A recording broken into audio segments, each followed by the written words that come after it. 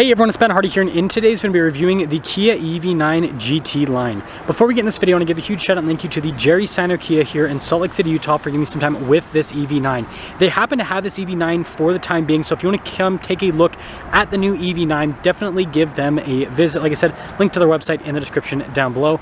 And then on a side note, if you want to save time, mind the next time you purchase a car, link to my car buying guide in the description down below as well. Let's get into it.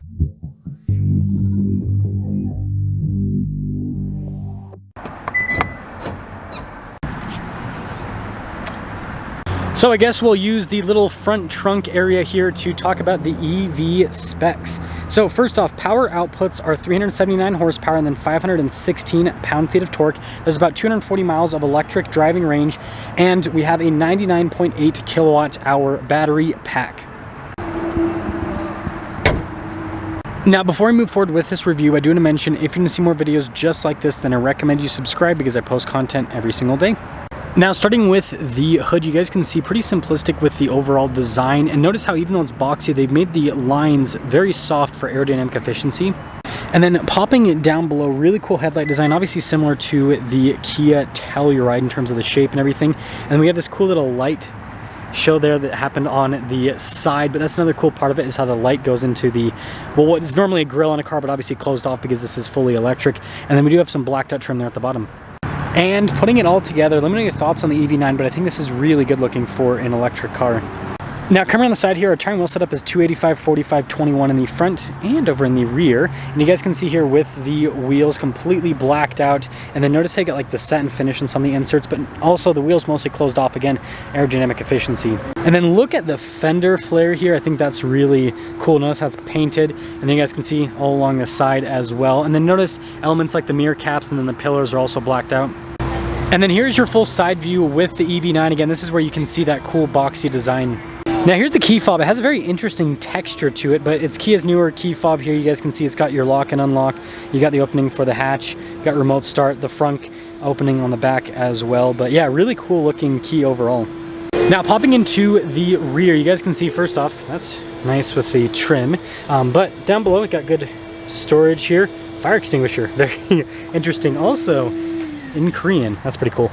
But yeah, good storage here in the back. And then also you guys can see we've got these to raise and lower these seats so you can get better storage. Got some outlet action here in the back as well, and also down below. And this is funny with the switch to lower the hatch from there. That's interesting. But anyways, there's another button up here as well that you can press, and that will also lower the hatch back down. Now, wrapping things up, you guys can see how the taillights kind of pop up. That's really cool looking. And then of course, we got our regular badges here, including the GT-Line badge there, and then parking sensors at the bottom. And wrapping things up, again, let me know what you guys think about the boxy design here of the EV9. Now, popping inside, soft touch here at the top of the door panel, and then you guys can see we got some sunshade action, and then I love this trim that goes across to the handle. And then notice we got heated and ventilated seats here for the back, and then more soft touch where you'd rest your arm. Definitely has a very luxury car appearance. Now, legroom back here is really good. We've got a little storage pocket right there. Got some cup holder action. And then this is interesting. It's kind of like a little pull-out storage, so definitely unique. And then also headroom back here, it's solid. And then while we're at the top, you guys can see we've got our own climate zone here in the back. Also have really nice finish on the vents, and then nice headliner too. But my favorite part is this right here on the back seats. So you press this, and this lets you do the massage function with the back seats. And it's like super aggressive with the massage. Like, you guys can't obviously see on camera, but like, it's like one of those seats that you have in like the malls that's like just, again, mega aggressive with the massage. So kind of interesting with that situation. Now this is cool getting into the back. I can just press this button right here, and then it'll move the seat. And it's actually relatively quick, and then you just have that pass through. Now in the third row here, legroom's decent. Again, pretty typical for a crossover of this size. And then you guys can see here with this seat adjustment, some USB action, and then they like this gray trim. It's kind of interesting. And then the seats back here are just as nice and comfortable as the second row, so still have that luxury feel. And then headroom back here, it's good. And then also you guys can see the sunroof here from the back. Now taking a look at the front door panel, you guys can see soft touch here, and then look at the trim down below that goes to the handle. And then we've got all of our seat controls. So for your heated and cooled seats, you got for the heated steering wheel as well, the massage function, your memory seats, lots of stuff there. Blind spot monitoring with the mirrors. And then you guys can see here with the window controls, and then the mirror adjustments. The mirrors do power fold in. And then here's the front seat. Look at the headrest. That's kind of interesting. And then GT-Line. And then you guys can see again perforated all down the center. And then you even have the little like leg rest here in the front too, which is great. I mean, imagine that for long drives. It's really nice. And then we've got the pedal layout down below. And then notice for the front trunk, and then for the hatch, stability control, parking brake, and then for your charging port. Now here's a quick look at the steering wheel. So we've got paddles on the back for the regen. It's got this cool kind of 2-spoke design. We've got stuff for like our voice command controls. You guys can see you've got adaptive cruise control with your steering assist. And then notice we have our drive mode select and our terrain mode select as well.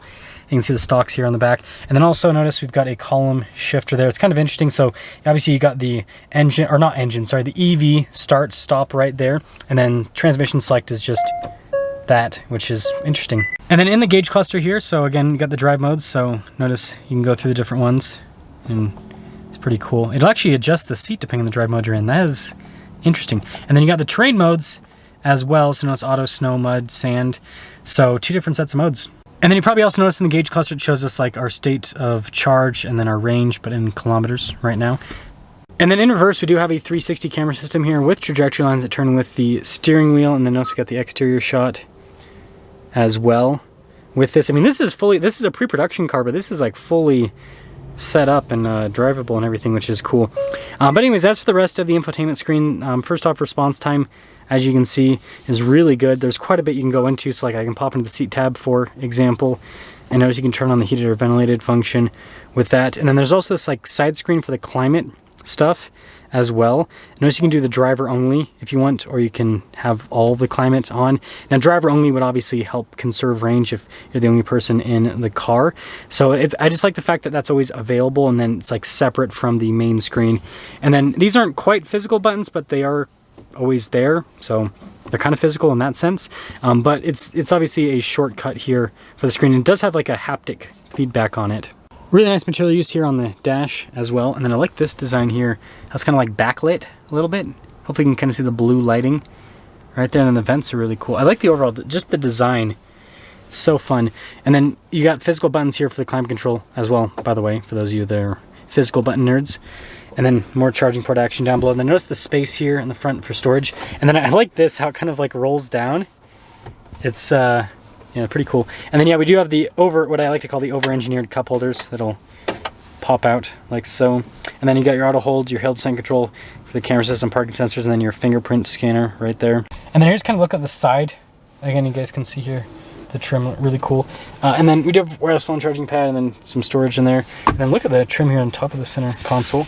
And then with the glove box, yeah, pretty dang spacious in there. And then last but not least, again, premium headliner. Hopefully you can see kind of right there. And then we do have a sunroof here for the front passengers as well. So this is my second look at the new Kia EV9. I went to the studio event and looked at the EV9s there, but this kind of gives me a little bit of a better idea of the EV9 because this seems like it's a little bit more full production. Again, this is still a pre-production car, but you guys hopefully get what I mean, but it seems like a more full production unit in terms of how everything is set up with this. And I just want to give my thoughts. Super impressed. And also, for those of you wondering, I can't drive it quite yet. It'll probably be a few months before I can drive the new EV9.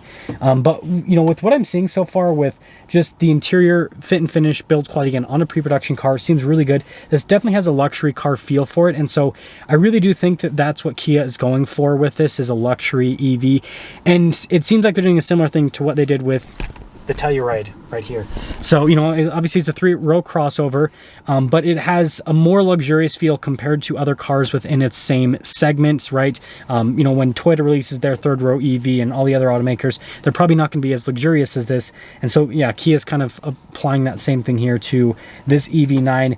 And I think it works really well because, again, this does feel very upscale in here. Feels like a really high quality vehicle, and it gives you a lot of it gives you the same luxury stuff you get in luxury cars. But again, we don't know the pricing yet, but it will surely be more affordable than the luxury EVs from like Mercedes, for example. But let me know your thoughts on the new Kia EV9 after seeing this, and let me know what your favorite feature is. I think mine's still the massaging seats in the 2nd row. I think that's kind of interesting. Again, huge shout out also to the Jerry Center Kia here in Salt Lake. If you want to see this, it's here for the time being, so come give them a visit. I'll see you.